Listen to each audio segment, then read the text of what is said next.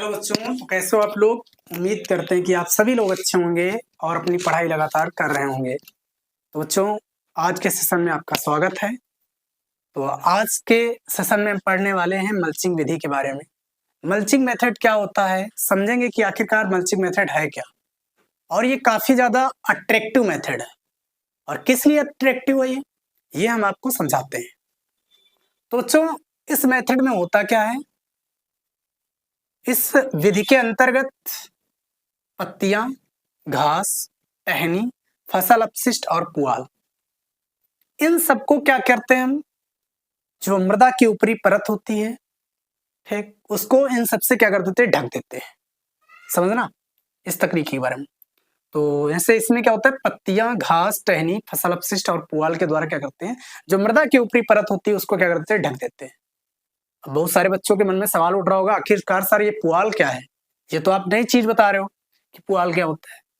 तो पुआल दोस्तों होता है, जो पौधे होते हैं तो पौधों का जो शेष भाग रह जाता है, जैसे डंठल वगैरह, जैसे गेहूं, इस टाइम में ऐसे गेहूं की कटाई चल रही लगातार, तो ऐसे क्या होता है, उसका अनाज तो हम लोग उपयोग कर लेते हैं, और जो शेष कचरा रह जाता है, जिसे हम लोग क्या कहते हैं, स्ट्रॉ, भूसा कहते हैं। क्या कहते हैं, साधारण भाषा में इसे बोला जाता है भूसा। तो इसको, इन सबसे, ठीक, फसल कचरा क्या होता है, जो फसल के बाद शेष कचरा रह जाता है, जिसे हम कह रहे हैं भूसा वगैरह, ठीक।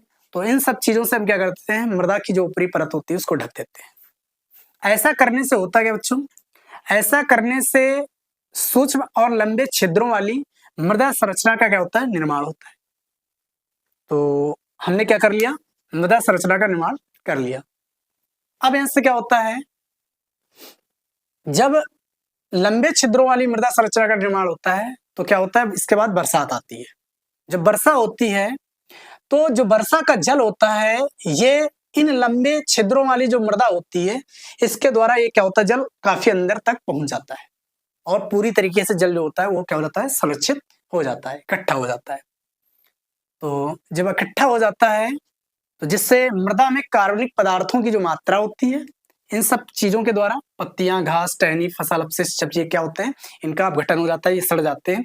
तो ऐसे क्या होता है, मृदा में जो कार्बनिक पदार्थ होते हैं उनकी क्या हो जाती है बच्चों, मात्रा ऐसे बढ़ जाती है। अब और एक बात बता दें, ये जो मेथड है इसके द्वारा क्या किया जा सकता है, मृदा अपरदन को भी कम किया जा सकता है। मिट्टी का जो कटाव होता है उसको भी ऐसे क्या कर दिया जाता है, कम किया जा सकता है। क्यों, क्योंकि इन सब तरीकों से क्या होती है, मिट्टी जो होती है वो काफी ज्यादा मजबूत हो जाती है, ठीक, काफी ज्यादा स्ट्रिक्ट हो जाती है ना। तो बच्चों और बता दें, ये और किस कारण से अट्रैक्टिव है।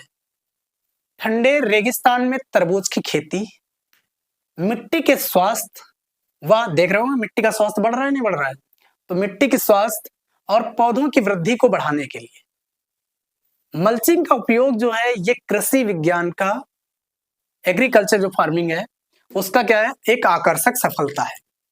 अभी हाल ही में एक रिपोर्ट आई है जिससे पता चला है कि जो लद्दाख का एक गांव है, लद्दाख का एक गांव है बच्चों,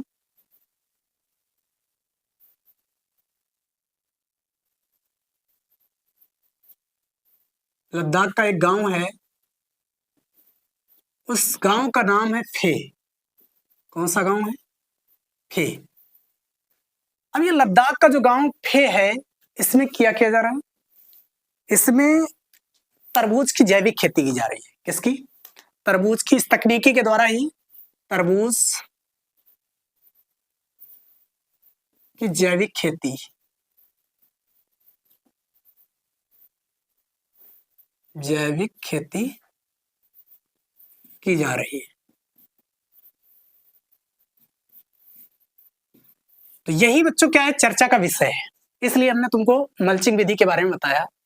तो जो लद्दाख का एक गांव है फे, हाल ही में जो रिपोर्ट आई है उससे पता चला है कि यहाँ पर क्या हो रहा है, तरबूज की जो जैविक खेती है इसी टेक्नोलॉजी के द्वारा की जा रही है, ठीक, इसी तकनीक के द्वारा की जा रही है। अब चर्चा का विषय हो क्यों नहीं, क्योंकि तुमको सबको पता है कि जो मतलब लद्दाख शहर है ये शीत क्षेत्र है। कैसा क्षेत्र है, शीत क्षेत्र है।